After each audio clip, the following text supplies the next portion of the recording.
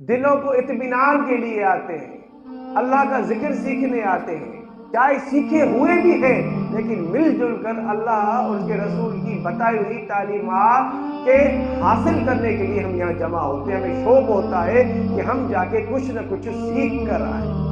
कुछ देर बैठ कर आए, कुछ देर दुनिया माफिया की मोहब्बत से दूर होकर खालिसतन अल्लाह उसके रसूल की मोहब्बत और उसकी इताअत, उसकी अहादीस, उसकी जो पुरानी आयात है उसके इल्म को हम कुछ देर के लिए हासिल करके आ जाए और तन्हाई में बैठ के हम अल्लाह से बातें करें। ऐसी तन्हाई आपको घरों में नहीं मिलेगी,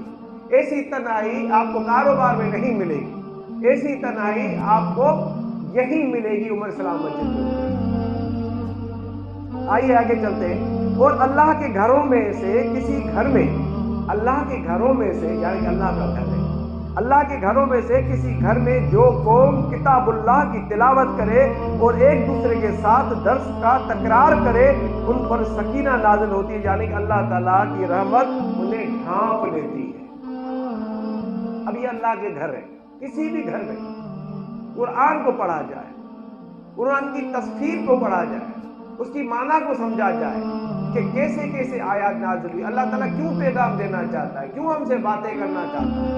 उसकी समझ बातें आ जाएंगे हमें और उसके ऊपर आप बहस करो एक दूसरे के साथ, सीखो उनसे कि भाई मैं कहीं गलती तो नहीं कर रहा हूं, तो इंशाअल्लाह ताला हमें ज्यादा फायदा होगा। फिर क्या होगा, अल्लाह की रहमत हमारे सरों पर आ जाएगी। नबी सल्लल्लाहु अलैहि वसल्लम ने फरमाया, बखुदा अगर अल्लाह तुम्हारे सबब से किसी एक आदमी को, बहुत बड़ी प्यारी हदीस है, नबी ने फरमाया बखुदा अगर अल्लाह तुम्हारे सबब से किसी एक आदमी को हिदायत दे दे तो वो तुम्हारे लिए सुर्ख ऊँटों से भी बेहतर है। सुर्ख ऊँट जो थे अरब में बहुत कीमती है, बहुत कीमती है, उनसे भी ज्यादा सवाब है, उनके कदम उनसे भी ज्यादा सवाब है। अगर आपके कहने के ऊपर, आपकी तबलीग की वजह से, किसी अल्लाह के वाले के पास मोहब्बत पे आने की वजह से, आपकी दावत पर अगर एक शख्स भी सच्चा आशिक रसूल, सच्चा आशिक खुदावंदी बन गया तो आपके लिए जन्नत में जाना आसान हो जाए। इसका मतलब हमारी जरा सी तबलीग, जरा से लफ्ज, जरा से अल्फाज, जरा सी मोहब्बत, जरा सा इखलाक किसी और की तकदीर को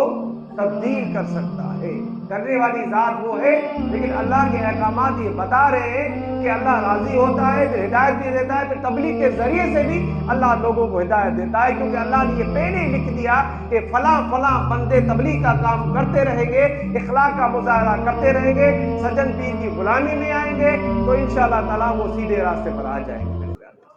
ये हिदायत, ये तबलीग, ये रूहों की मोहब्बत अल्लाह ताला ने पहले ही उसका ऐलान फरमा दिया है।